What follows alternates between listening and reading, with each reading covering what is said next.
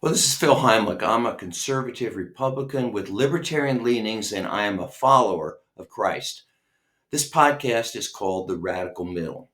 There's a very interesting case. It just went before the Supreme Court. I want to tell you about. The case is called Mahmoud versus Taylor, and the issue is whether public schools should require young children to read books that affirm the gay lifestyle.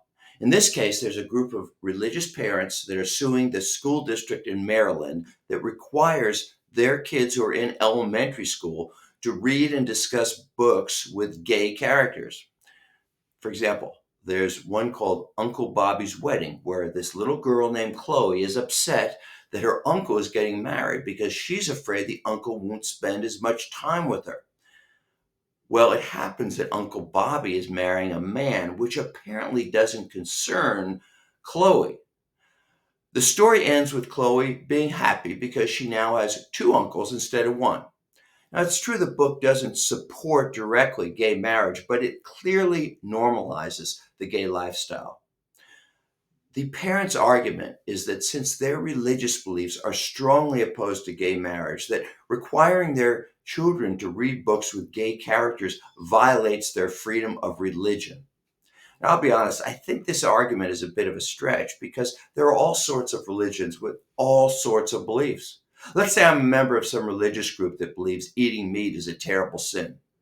Does that mean that every time my kid's class reads a story about somebody cutting into a steak, that my religious freedom is violated?